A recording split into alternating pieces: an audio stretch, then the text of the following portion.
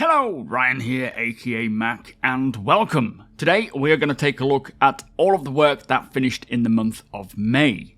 As always, a huge thank you to all of my patrons and channel members. Thank you so much for the support, and if you do appreciate my videos, please do consider subscribing and helping the channel to grow.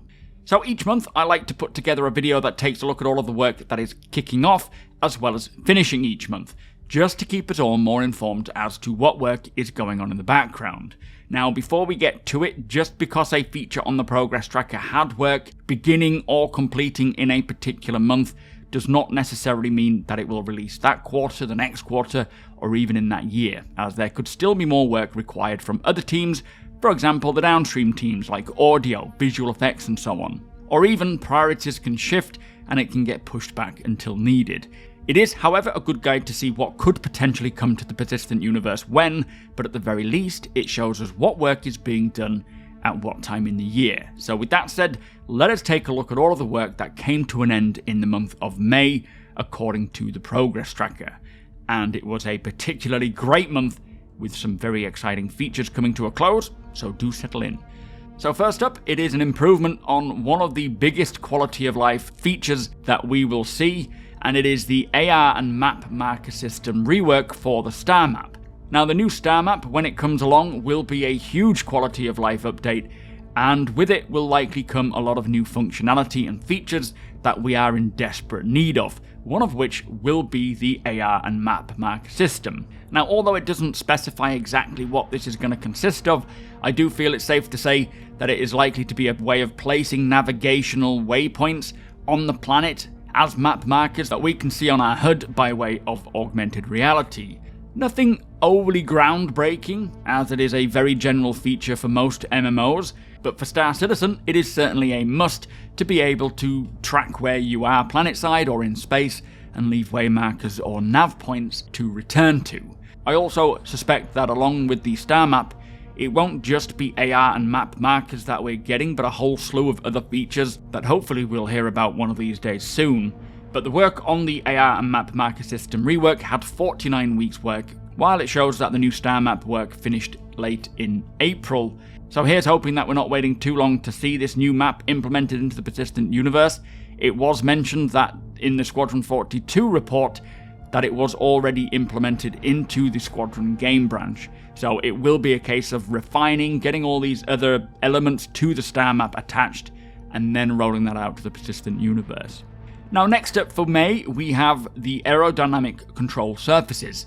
Another hugely significant update that will affect pretty much every ship in many ways. Now this is referring to realistic atmospheric flight, utilizing flaps, ailerons, and the shape of the craft to cut through the air to aid in maneuvering. Now of course this means that flight will become pretty much a full simulation, much like you see with Microsoft Flight Simulator. However, what is even more interesting about this is how every ship will act differently, based on how aerodynamic they are, and obviously where those control surfaces are located. But also, each planet's unique atmosphere will affect the flight. Basically, you're using flaps on the surface of the ship to cut through the air rather than using thrusters as we have now to push it along or push it up, which will be great fun for racing, dogfighting, basically allowing for much tighter turns, and so flying a Gladius over Hurston will feel far differently to flying a Prospector over Hurston or flying it over Magda. Now, this will certainly shake up the whole ship playground and add more option when it comes to balancing ships. Having a ship that performs incredibly well in atmosphere might not fare so well in space or vice versa, and others might be ideally suited to racing in atmosphere than others. This system will also allow CIG to tune, tweak and balance every ship to perform in the bracket that they are supposed to be in, giving a lot more character to all ships, and it is a system that I have been waiting for a long time now before I jump in and really start practicing properly. Now the work on these control surfaces lasted 39 weeks from the vehicle features team and came to an end early to mid-May, so my fingers are firmly crossed that they will be rolling this out in 320. Now next up we have derelict spaceships points of interest. Now interestingly, this deliverable was actually released in Alpha 3.16 with the newly updated Caterpillar X, and these brought some new lootable crates, puzzles, and now for 318 I think, NPC combatants. There were some pretty cool additions to these Caterpillar wrecks, but they were very sparse and only brought a handful of new wrecks available. So I presume the work here, as we have been watching on various Inside Star Citizen shows, will include a much greater range of shipwreck types in various stages of decay, from somewhat fresh to old and aged, taking on the environment around them, with more puzzles and lootables, while also hopefully getting hooked up into the modular mission system to act as mission locations, and including some NPCs. Now, the potential for expansion to these derelict ships is pretty huge, from fresh item recovery or insurance claims to ancient relics full of mystery with stories to tell all covered in the environment. This work had 113 weeks, which, as mentioned, released in 3.16 in February, but continued on with the Montreal team to be more, and it came to an end in late May. So these next two features are probably two of my most anticipated, so here's hoping, again, we're not waiting too long for these to come to the verse. The first one is Persistent Habs, and this is referring to personal habs or apartments in buildings at landing zones that are private to each player, acting as a home while you are in the verse, which means that we can come back and forth to them, store or display our gear inside them, and as we saw recently on Inside Star Citizen, even decorate them with knickknacks and items of interest. Now, we also saw a while back a white box blockout going on to flesh out the general shape of these locations inside buildings, and this was on Microtech, plus more recently, a way of hanging posters that we can kind of collect from various events held in the verse to kind of more personalize our living space. Now, this is a huge deal to really making the verse feel like home, and I for one really hope to see this in 320, although chances are it is going to be a bit later than that. Now, Persistent Habs had work beginning in October of 2021, lasting 84 weeks, culminating in mid-May. So even if they're not coming soon, hopefully we will see a lot more on this on Inside Star Citizen and whatnot, as I am itching to have my own apartment in any of the landing locations. I'm not even fussed. Now, the second of my most anticipated features, which kind of follows on from the previous one somewhat, is Persistent Hangars. Now, this is where each player gets their own personal, physicalized hangar that will likely be instanced to start with, so I suppose not physicalized, but just as with the Habs, using these hangars to store your items, display your items, and personalize your hangar. However, unlike the Habs, you will also be able to store your ships and vehicles, and other very large items. Now, this feature is unfortunately underpinned, I believe, by the freight elevator work, which goes on until December, as these elevators will allow players to access anything stored in their hangar via a kiosk or in their local inventory, requiring it to be delivered to the hangar by way of this elevator. But getting the personal hangars in-game will certainly be a necessary step to the elevators, and will bring even larger updates to cargo gameplay than we will see in 320. Now, Persistent Hangars had 104 weeks work that came to an end right at the beginning of May. Now, for the next feature, this is called Seated Item Handling, and refers to providing the players and NPCs with the ability to use items or small weapons while seated as a passenger in ships or vehicles. So a much needed quality of life update that will make multi-crewing and doing missions with your friends far more interesting, especially as tools and devices are going to expand beyond what we have now. But even just for riding on the back of a dragonfly, shooting at vehicles chasing you down, that will be quite a lot of fun.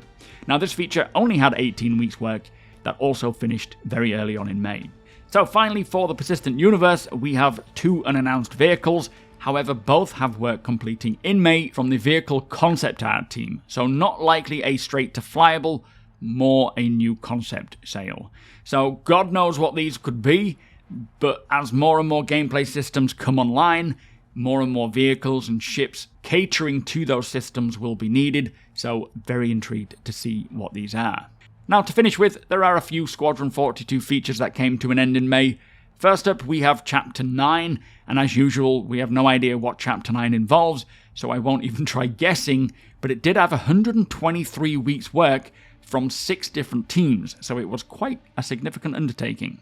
The character creator for Squadron 42 was also completed in May, it seems, which is a good sign that things are getting much closer to completion if they are in need of the final character creation tool. This, I presume, will also be heavily used for the Persistent Universe creator tool, but with more options potentially, as you will be restricted to military style, maybe for your hair and whatnot in Squadron, that you wouldn't in the PU. Now, the work on this lasted for 91 weeks from 3 different teams, and hopefully we even get to see something like a demo of what's to come for the PU. Enemy characters is next, and this is all the tasks relating to an enemy faction in Squadron 42's campaign. Could be the OMC pirate gang, that would be my guess, but I'm sure that there are other groups in the campaign that we run into. It could equally be relating to the Vanduul, but I think they were specified as the Vanduul on the progress tracker. That had 113 weeks work from 6 different teams and looks to have completed mid-May.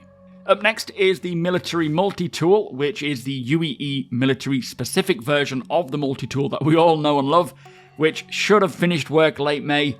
No idea what it looks like or how it differs, aside from its potential paint scheme, but we will find out in Squadron.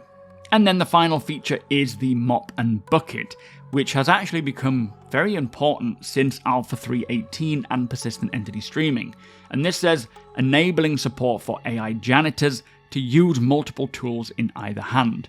So basically a janitor, who we have seen roaming the halls of the Stanton Idris in Squadron, named Beloga, I believe, and from what I remember reading on the monthly report, this AI behaviour was actually shelved until recently, so it is very likely that they decided to push on with it now with Persistent Entity Streaming, but also trying to get it finished for Squadron, and hopefully once it's implemented into the Persistent universe, they can help clean up all the trash. So there you go, that was probably one of the most exciting progress tracker reports to date, with so many very cool features coming to a close, like persistent habs, persistent hangars, realistic flight controls, and more map functionality for the new star map, plus many long-standing Squadron 42 features as well. But that is it for this video, and if you do appreciate my videos, please do consider subscribing. Also, come and hang out over at twitch.tv/supermacbrother. You are all more than welcome over there. Hit the thumbs up if you don't mind, it does the channel a big favour, and tick that notification bell if you would like to be notified when my videos go live. Again, a huge thank you to my patrons and channel members. Thank you for watching, and I'll see you in the next one.